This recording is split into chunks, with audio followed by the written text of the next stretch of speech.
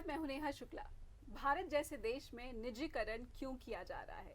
कहीं रेलवे, कहीं बिजली विभाग तो कहीं बैंकों को निजी कंपनियों को सौंपने की सरकारी तैयारी जोर शोर से चल रही है। इस निजीकरण से क्या कर्मचारियों का भला होगा?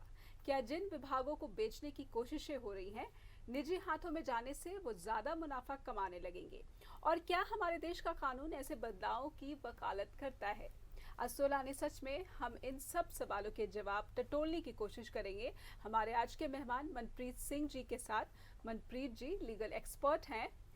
सबसे पहले मनप्रीत जी, मैं आपका स्वागत करती हूँ।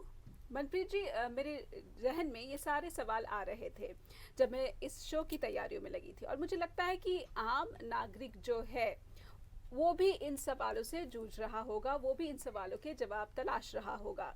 इसीलिए सबसे पहली तो मेरी यही जिज्ञासा है कि क्या जिन विभागों को निजी कंपनियों को सौंपा जा रहा है, उनके कर्मचारियों का जो भविष्य है वो कैसा दिखाई दे रहा है? राइट। सबसे पहले हमको ये समझना पड़ेगा कि ये प्राइवेटाइजेशन चीज़ क्या है। जी। तो प्राइवेटाइजेशन जो ये चीज़ है वो ये है कि जो ओनरशिप है वो स्टेट एक्टर्स से हट के नॉन स्टेट एक्टर्स के पास चली जाएगी। दैट इज़ कि पब्लिक सेक्टर्स की जगह कंट्रोल जो है वो प्राइवेट सेक्टर के पास चला जाएगा।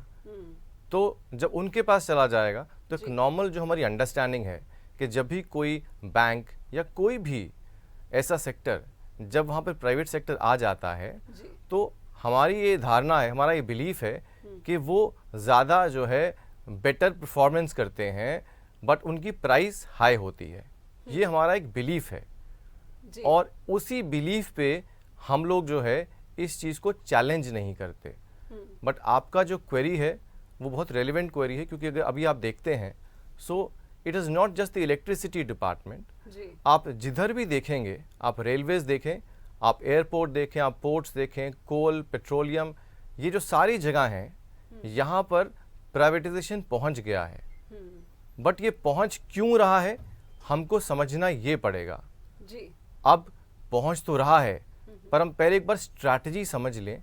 तो स्ट्रैटेजी जो हमारी गवर्नमेंट की है वो ये है कि पब्लिक सेक्टर में दो तरह की चीज़ें होती हैं। एक होते हैं स्ट्रैटेजिक और दूसरे non strategic sectors. Non strategic sector में आते हैं PSUs, public sector undertakings. Government का प्लान ये है कि there are around 300 PSUs in this country और 24 को छोड़ के, मतलब 24 को छोड़ के सारे के सारे जो पीएसयूज हैं ये प्राइवेटाइज हो जाएंगे इतने बड़े पैमाने पर। एग्जैक्टली। और सिर्फ इतना ही नहीं, जो आप स्ट्रैटेजिक सेक्टर की बात करते हैं तो स्ट्रैटेजिक सेक्टर में 18 ऐसे सेक्टर्स जो हैं वो ढूंढे गए हैं जहां पर गवर्नमेंट का जो कंट्रोल होगा वो लिमिटेड हो जाएगा। और उन सेक्टर्स में ही आते हैं रेलवेज, उन सेक्टर में आता है पावर डिस्ट्रीब्यूशन, कोल, इंश्योरेंस और ये सारे सेक्टर्स। और सिर्फ 4 ऐसे पब्लिक सेक्टर रह जाएंगे जहां पे कंट्रोल टोटल गवर्नमेंट का होगा। अब इतने ज़्यादा तादाद में चीज़ें बेचनी, यहाँ पर कंसर्न है। कंसर्न ये है कि आप जब प्राइवेटाइजेशन की तरफ जा रहे हैं और बात करते हैं एक बहुत बड़े कॉर्पस को क्रिएट करने की, जो 111 ट्रिलियन आपने सुना होगा। जी बिल्कुल।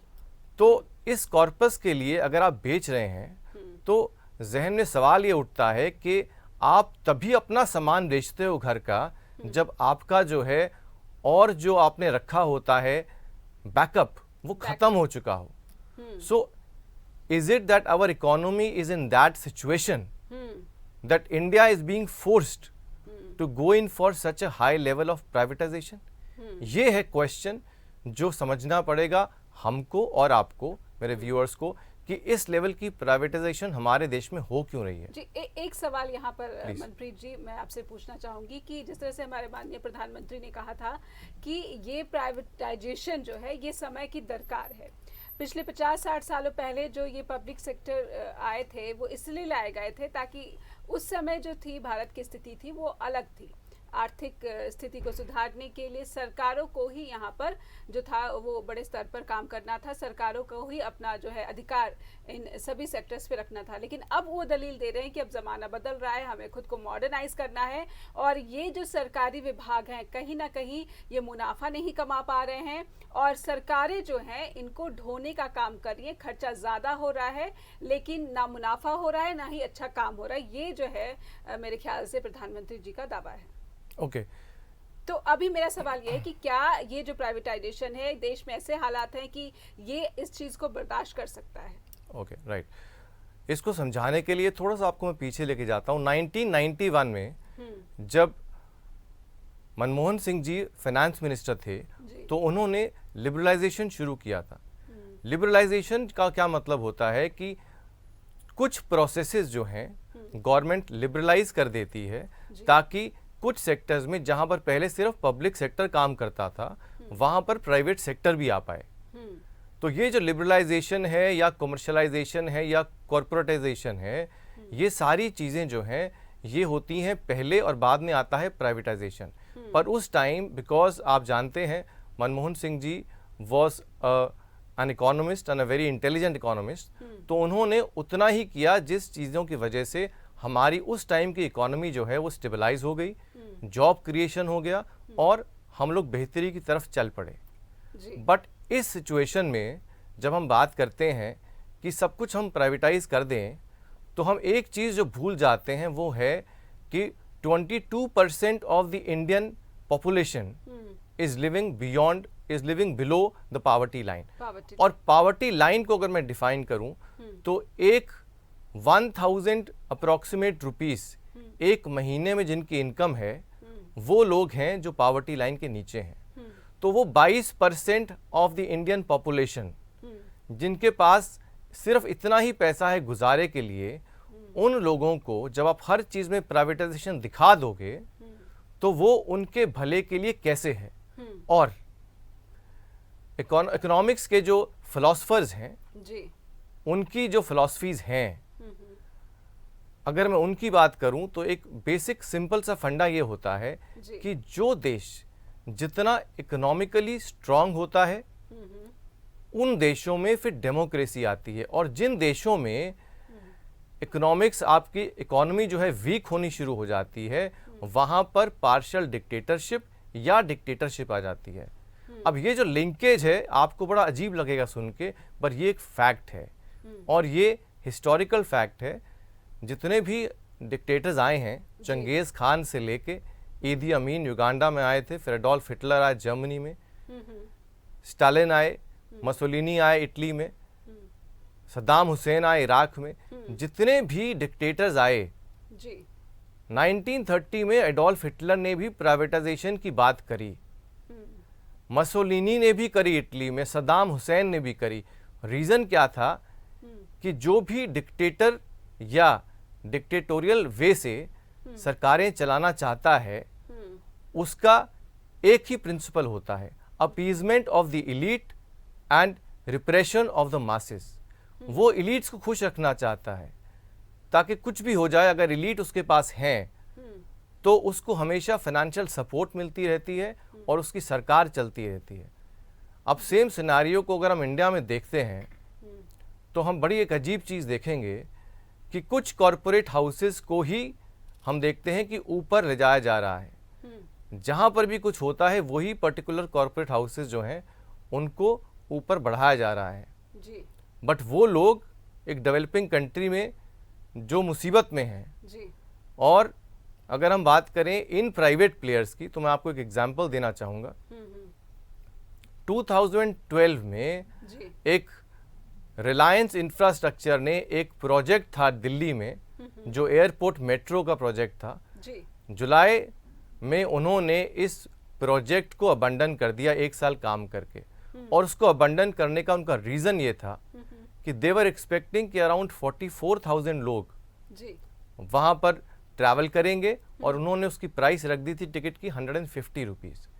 अब क्योंकि उन्होंने प्राइस ज़्यादा रखी थी जी तो कस्टमर्स ने आना बंद कर दिया, और जब ट्रैवलर्स ने आना बंद कर दिया जी तो उन्होंने अपने आप को उस प्रोजेक्ट से अलग कर लिया। हटा लिया। जी और फिर सारी की सारी रिस्पॉन्सिबिलिटी आ गई मेट्रो कॉरपोरेशन की, उन्होंने इस प्रोजेक्ट को पूरा किया और फिर वापस उन्होंने उसको 50 रुपीज़ किया तो लोगों ने दोबारा उसमें आना शुरू किया। Now my question by giving this example is this जी जी कि वो लोग जो मिडिल क्लास हैं या लोअर मिडिल क्लास हैं या बिलो पॉवर्टी लाइन हैं, जी अगर आप सब कुछ प्राइवेटाइज कर देंगे तो उनकी सस्टेनेंस कैसे होगी?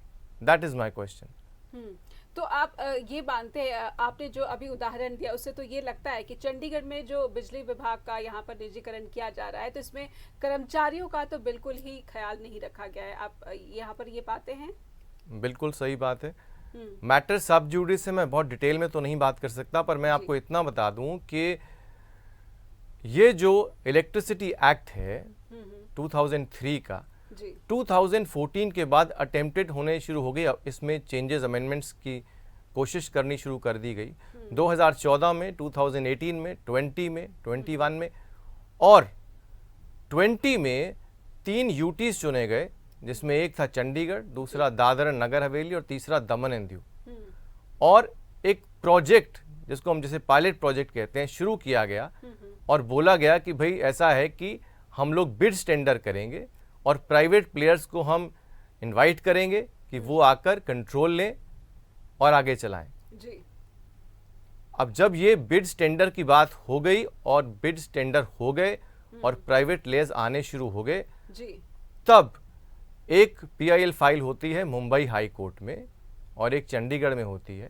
जो मुंबई हाई कोर्ट में फाइल होती है उसमें इस ग्राउंड पे कि जब एक यूनिट या कोई इंडस्ट्री ऑलरेडी प्रॉफिट दे रहा है जी तो उस केस में आपको उसको प्राइवेटाइज करने की ज़रूरत क्यों पड़ रही है? हमारे लीडर जो हैं वो कहते हैं कि 6 यूनिट्स को चलाने में प्रॉब्लम है, बंदों को ट्रेन करने में प्रॉब्लम है। हमारे लीडर्स ये कहते हैं कि सरकार को बिजनेस से दूर रहना चाहिए, हमारे लीडर्स ये कहते हैं। बिल्कुल बिल्कुल जी। बट जहां पर वो ये कहते हैं that government has no business to be in business, although partially I agree with him, जी but what I am trying to tell them is, but it is the business of the government in a democratic country जी and a developing country that the interest of the people या who are not rich enough should also be protected. बिल्कुल तो Bombay high court ने decision दिया और बोला कि एक ये कॉन्ट्री है टू सेक्शन 131 और दूसरा जब वो पहले से ही जो है प्रॉफिट में है प्रॉफिट में जी तो इसलिए ग्राउंड नहीं बनता और कॉन्ट्री है, इस बेसिस पे उन्होंने उसको सस्पेंड कर दिया। Similarly high court of Punjab and Haryana ने भी यही कंसिडर किया था। जी मैटर सब जुडिस से ज़्यादा मैं बात नहीं करूंगा, पर एक बात है, कोई भी डिपार्टमेंट जी जहां पे प्राइवेटाइजेशन हो रही है, इंक्लूडिंग ये जो इलेक्ट्रिसिटी वाला था, जी यहां पर भी nothing is being done to protect the interest of the stakeholders. अब स्टेक होल्डर कौन होते हैं? स्टेक होल्डर होते हैं वहां के एम्प्लॉइज, जी और इसी रीजन पे और कंज्यूमर भी है बिल्कुल। जो बिजली वहां से ले रहा है, जिसको बिजली बिल्कुल। का उपयोग अब करना बिजली की जब कीमत बढ़ जाएगी तो कंज्यूमर और जो एम्प्लॉय है वो हैं जो सफ़र करेंगे। है। जी और जब पहले ही प्रॉफिटेबिलिटी है तो आपको ज़रूरत क्या है इसको प्राइवेटाइज करने की? और दूसरी बात, प्राइवेटाइजेशन करने की इतनी जल्दी है, एक होड़ है जी कि उन चीज़ों को देखा ही नहीं जा रहा जिनको सेक्शन 131 में खास बोला गया है कि भाई आपने एक प्रोसेस फॉलो करना है। जब भी आपने कोई ट्रांसफ़र की स्कीम बनाई है, there has to be a process that has to be followed, और उस प्रोसेस के बाद ही इनको ये जो इन्होंने बिड्स टेंडर किए वो एक्सेप्ट करने चाहिए थे, बट वो पहले हो गए। This is one, but this is not the only sector that is suffering. अगर हम रेलवेज़ की बात करते हैं तो रेलवेज़ में भी 2014 में रेलवे से लेकर जो 10 उनके काम थे उनको एफडीआई फॉरेन डायरेक्ट इन्वेस्टमेंट 100% में ले आया गया।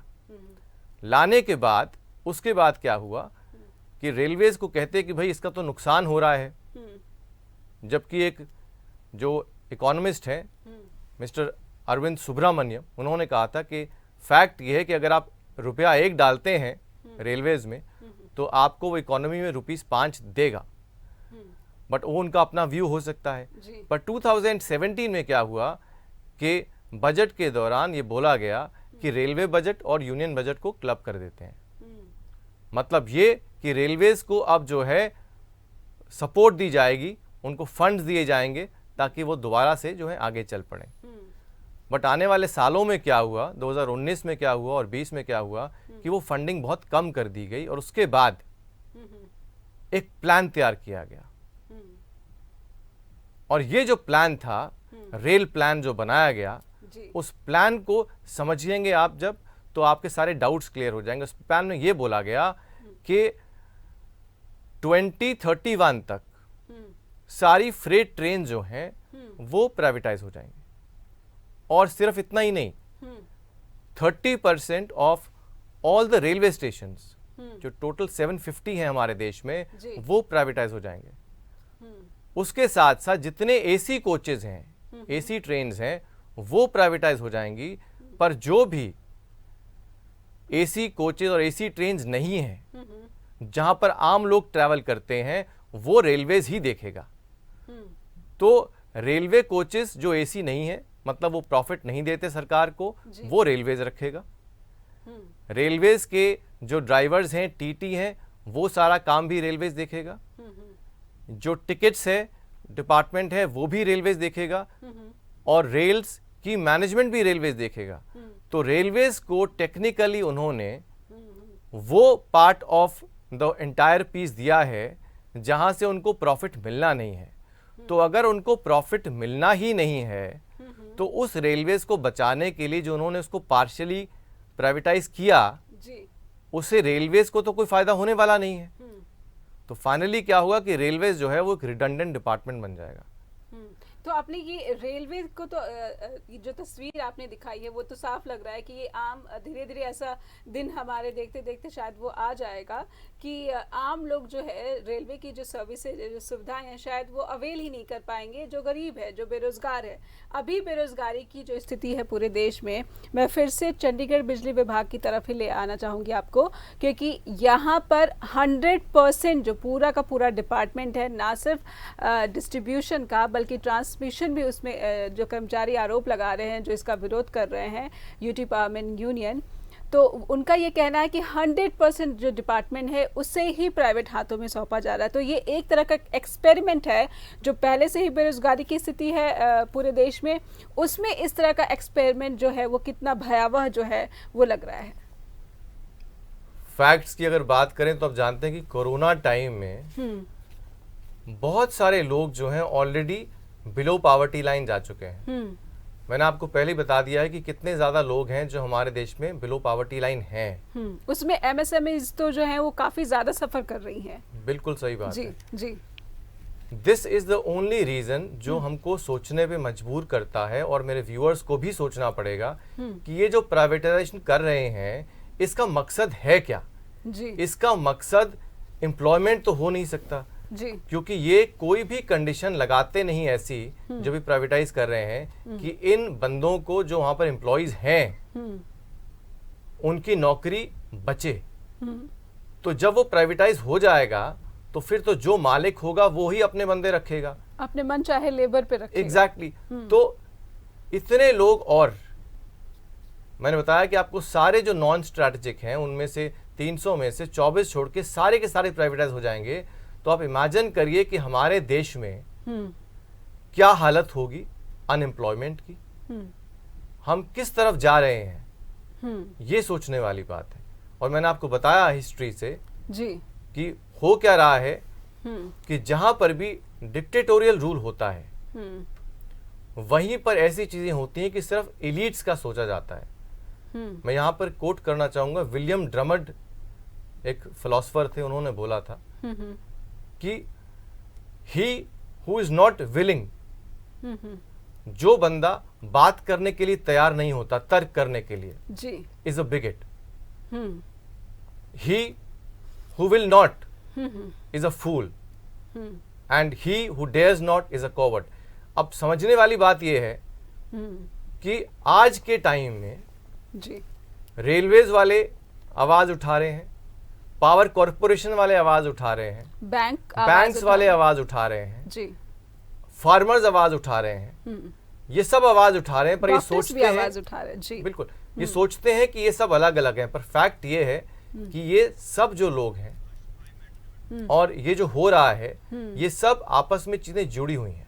बिल्कुल बिल्कुल, ये आम लोगों की पहुंच से ये जो सारी सुविधाएं हैं, चाहे वो डॉक्टर की फैसिलिटीज़ है, चाहे वो बैंक सर्विसेज की फैसिलिटीज़ है, चाहे वो रेलवे है, यहाँ तक कि ये भी कहा जा रहा है, कहा क्या ये सरकार का ही प्लान है जो सरकार बता रही है। खुद प्रधानमंत्री की जो स्पीच है उसमें उन्होंने कहा कि ऑयल और गैस इसे भी प्राइवेट हाथों में सौंपा जाएगा। तो ऑयल और गैस का जब जिक्र आता है तो ऐसा लगता है कि हम जैसे जो लोग हैं, जो जिनका जो कमाने का साधन है वो बिल्कुल ही लिमिटेड है, तो ऐसे परिवारों के लिए भी रोजी रोटी का जो है एक संकट पैदा हो जाएगा। और जो बीपीएल परिवार हैं, जो कोरोना की वजह से ऐसे परिवार जो जूझ रहे हैं, उनके लिए तो और भी स्थिति ज़्यादा भयावह हो जाएगी। तो मुझे लगता है कि आने वाले वक्त में देश के भीतर और भी बेरोजगारी और भी बीपीएल परिवारों की जो तादाद है वो बढ़ जाएगी, और कहीं ना कहीं मुझे लगता है ये भी भय है कि भूखमरी का कहीं हमें ना सामना करना पड़े। मनप्रीत जी, बिल्कुल आप सही बोल रही हैं मैडम, बिल्कुल सही बात है। यही है एक सिचुएशन जिसको हमको समझना पड़ेगा। रादर मैं ये समझता हूँ कि अगर हम लोग ये समझ जाएं तभी हम प्रिवेंट कर सकते हैं। नहीं तो एक बेसिक कंसर्न होता है, जो बैंकर नहीं है वो सोचता है तो मेरा तो कोई इससे लेना देना है नहीं। अब जो पावर कॉम्प में काम नहीं करता वो लोग सोचते हैं ये तो हमारा काम नहीं है, तो इलेक्ट्रिसिटी डिपार्टमेंट का है। बट फैक्ट ये है कि ये जो चेंज करने की कोशिश की जा रही है ये डेट्रीमेंटल होने वाली है, और ये होती जाएगी फॉर अ सिंपल रीजन कि जो स्पेकुलेशन 111 ट्रिलियन का हमको दिखाया गया है वो सच हो ना हो, बट अगर ये सेल और परचेज सिर्फ इस रीजन से हो रही है कि हम अपने बिगड़ते हुए इकोनॉमी का बैलेंस शीट ठीक करना चाहते हैं, तो ये बहुत ही खतरनाक चीज है। इसका मतलब ये है कि हमारी इकोनॉमी का बहुत बुरा हाल है और उसको सस्टेन करने के लिए हमको अपनी चीजें बेचकर वहां से पैसा जनरेट करना पड़ रहा है, जो हमारी इकोनॉमी का हाल कभी भी ऐसा नहीं था। और इसमें कहाँ जाती है वो जो डेमोक्रेसी है, जो देश की डेमोक्रेसी, वो कहाँ जाती है? मुझे तो लगता है कि ऐसे में जो हमारा डेमोक्रेटिक कंट्री है उसकी डेमोक्रेसी पर भी सवाल खड़े होंगे, क्योंकि आम जनता की जो है सुरक्षा है वो ही सुनिश्चित नहीं कर पाएंगे। बिल्कुल सही बात है मैडम। डेमोक्रेसी जो है वो डेमोक्रेसी का जो कंसेप्ट है वही टार्निश हो जाता है जब हम लोग उन लोगों को जिनकी सरकार को जरूरत है, जिनके इंटरेस्ट को सरकार को बचाना चाहिए, आम आदमी, उस आम आदमी का हम जब नहीं सोचते तब डेमोक्रेसी का जो बेसिक मेटल है वही खत्म हो जाता है। जी मनप्रीत जी, एक और सवाल, क्योंकि ना ही डेमोक्रेसी का जो अस्तित्व है, जो एक मूल भावना है, वो भी आहत हो रही है। कर्मचारियों का भविष्य अंधकार में दिख रहा है, और मुनाफा कितना कमाएगी निजी कंपनी, ये तो वो अपने लिए मुनाफा कमाएगी, वो कितना कंट्रीब्यूट करती है या सरकार को कितना दान में देती है ये तो बात की बात है। लेकिन ये पूरा का पूरा जो निजीकरण है भारत में ही फिलहाल ये दिख रहा है, या फिर क्योंकि जो कोरोना है उसने दुनिया के बाकी देशों को भी अपना शिकार बनाया है, या फिर जो दूसरे जो विकासशील देश हैं वहां पर भी इस तरह का आपने कल्चर देखा है? प्राइवेटाइजेशन जो होती है वो डिपेंड करता है कि वहां पर किस टाइप की गवर्नमेंट है और वो देश कितना डेवलप्ड है, उनका विजन क्या है, उनका विजन क्या है। अब जब हम डेवलपिंग कंट्री की बात करते हैं तो हमको ये देखना जरूरी हो जाता है कि हम जो भी कर रहे हैं वो जो हमारे सिटीजन्स हैं उनके इंटरेस्ट को कितना प्रोटेक्ट करता है गवर्नमेंट का कोई भी डिसीजन। अब यहाँ पर मैं अमेरिका को नहीं कोट कर सकता क्योंकि वो एक डेवलप्ड नेशन है। वो अगर कुछ करता है वो ये भी इंश्योर करता है कि आपको अगर आप नौकरी नहीं भी कर रहे तब भी आपको वो एक पर्टिकुलर परसेंटाइल देता है ताकि आप सरवाइव कर पाएं, जिसको वो अलाउंस कहते हैं जी। वो चीजें हम हमारे देश में नहीं कह सकते। बट हाँ ये कि अगर हम कंपैरिजन करते हैं तो हमारी जो इकोनॉमी है, अपेरेंटली इकोनॉमी जो है वो डिपेंड करती है कि क्या हमारी इकोनॉमिक पॉलिसी है देश की, और हमारे जो है क्या हमारी प्रायोरिटीज हैं एक देश में। उस पर डिपेंड करता है। ये तो बात कंफर्म्ड है कि हमारी इकोनॉमी स्ट्रांग नहीं चल रही, जिस रीजन से हमारा सारा जो कैश क्रंच है आ चुका है, और इस रीजन से उससे निकलने के लिए हम लोग प्राइवेटाइजेशन की आड़ में कॉर्पस इकट्ठा करना चाहते हैं। That is the area of concern. जी मनप्रीत जी, बहुत बहुत शुक्रिया आपका। तो हमने ये कोशिश की कि निजीकरण क्या है और भारत जैसे देश में निजीकरण का क्या मतलब निकलता है। जिस तेज़ी से जो केंद्र सरकार है वो निजीकरण को बढ़ावा दे रही है, चाहे वो तेल है, चाहे वो गैस है, रेलवे है, पोर्ट्स है, एयरपोर्ट्स है, बिजली विभाग है, इन सब का जिस तेज़ी से, बैंक भी मैं कहूँगी कि जितनी तेज़ी से निजीकरण हो रहा है, उससे लग रहा है कि आने वाले दिनों में बेरोज़गारी जो है और भी संकट इसका बढ़ जाएगा देश में। और जो कर्मचारी हैं, जो किसान हैं, जो जिनका आंदोलन चल रहा है, इसका क्या नतीजा निकलेगा, ये इस पर ज़रूर एक बड़ा सवाल खड़ा है। फिलहाल इतना ही। सोराने सच में, नमस्कार।